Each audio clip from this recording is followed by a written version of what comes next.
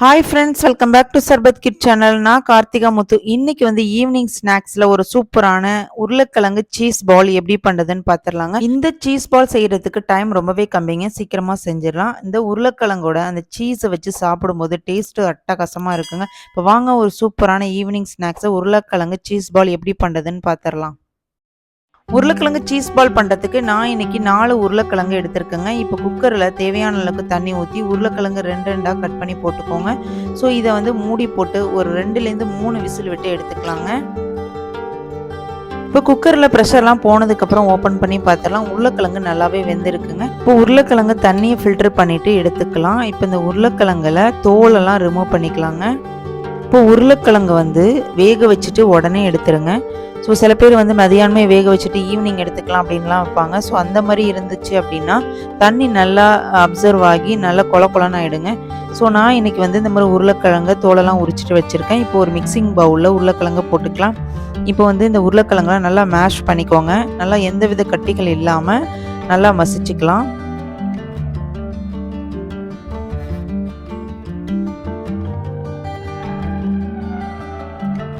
இப்போ எல்லா உருளைக்கிழங்கையும் நல்லா மசிச்சு வச்சுருக்காங்க. ஸோ இப்போ கட்டிகளே இல்லை பாருங்கள். இப்போ மசாலாலாம் ஆட் பண்ணிக்கலாம். 2 டேபிள் ஸ்பூன் கார்ன்ஃப்ளவர் போட்டுக்கோங்க. இது கூடவே காரத்துக்கு 1/2 ஸ்பூன் சில்லி பவுடர். இந்த சீஸ் பாலுக்கு இன்னும் கொஞ்சம் ஃப்ளேவர் கொடுக்கறதுக்காக இந்த ஓரிங்கானா போட்டுக்கோங்க. உங்ககிட்ட இல்லை அப்படின்னா ஸ்கிப் பண்ணிக்கலாம். நெக்ஸ்ட்டு கொத்தமல்லி இலையை சின்னதாக கட் பண்ணி போட்டுக்கோங்க. இதுக்கு தேவையான சால்ட்டை போட்டுக்கலாம். இந்த உருளைக்கிழங்கு கொஞ்சம் தண்ணியாக இருக்குங்க. ஸோ அதுக்காக 2 டேபிள் ஸ்பூன் பிரெட் க்ரம்ஸ் போட்டுக்கோங்க. உங்ககிட்ட இல்லை அப்படின்னா மைதா கூட நீங்கள் சேர்த்துக்கலாம். ஃபைனலாக பெப்பர் 1/2 ஸ்பூன் சேர்த்துட்டு நல்லா மிக்ஸ் பண்ணி விட்ருங்க.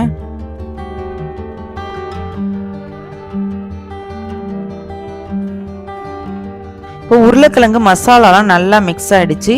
உங்களுக்கு கொஞ்சம் தனியாக இருக்குது அப்படின்னு ஃபீல் பண்ணீங்க அப்படின்னா நீங்கள் கொஞ்சம் நேரம் ஃப்ரீசரில் வச்சு கூட எடுத்து நீங்கள் போட்டுக்கலாம். எனக்கு கரெக்டாக இருக்குது. ஸோ இந்த மாதிரி தட்டும் போது கையில் ஒட்டக்கூடாது. இப்போ உருளைக்கிழங்கு மாவு சூப்பராக ரெடி ஆகிட்டு இதுக்கு மேல் மாவு ரெடி பண்ணிக்கலாம். ஒரு மிக்சிங் பவுல் எடுத்துக்கோங்க. அதில் 2 table spoon cornflour, 2 table spoon மைதா மாவு, இது கூடயே கொஞ்சமாக தண்ணி ஊற்றி நல்லா ஒரு லிக்யூட் கன்சிஸ்டன்சிக்கு கொண்டு வந்துருங்க. இப்போ நமக்கு மேல் மாவு சூப்பராக ரெடி ஆகிடுச்சுங்க.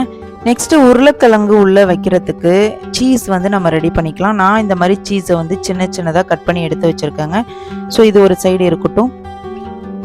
நெக்ஸ்ட்டு ப்ரெட்டு தூள் எடுத்துக்கலாங்க. ஸோ நான் சூப்பர் மார்க்கெட்டில் வாங்கின ப்ரெட் தூளை வச்சுருக்கேங்க. உங்ககிட்ட இல்லை அப்படின்னா நீங்கள் ப்ரெட்டு வாங்கி அதை நல்லா ரோஸ்ட் பண்ணி அப்புறம் நீங்கள் மிக்சியில் போட்டு அரைச்சி எடுத்து வச்சுக்கலாம்.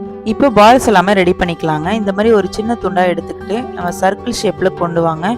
இப்போ லைட்டாக கையில் எண்ணெய் கூட தடவிக்கலாம். இந்த மாதிரி லைட்டாக தடவிட்டு நம்ம சீஸை எடுத்து சென்டரில் வச்சுக்கணுங்க. வச்சுட்டு நல்லா மறுபடியும் சர்க்கிள் ஷேப்புக்கு கொண்டு வந்துடணும். சீஸ் வெளியில் தெரியாத அளவுக்கு நல்லா ஒரு பால் மாதிரி உருட்டிக்கலாங்க. இப்போ நம்ம உருளைக்கிழங்கு பால் ரெடி பண்ணிட்டோங்க. சீஸ் வெளியில் தெரிஞ்சிச்சு அப்படின்னா எண்ணெயில் போடும்போது அப்படியே பிரிஞ்சிடும்.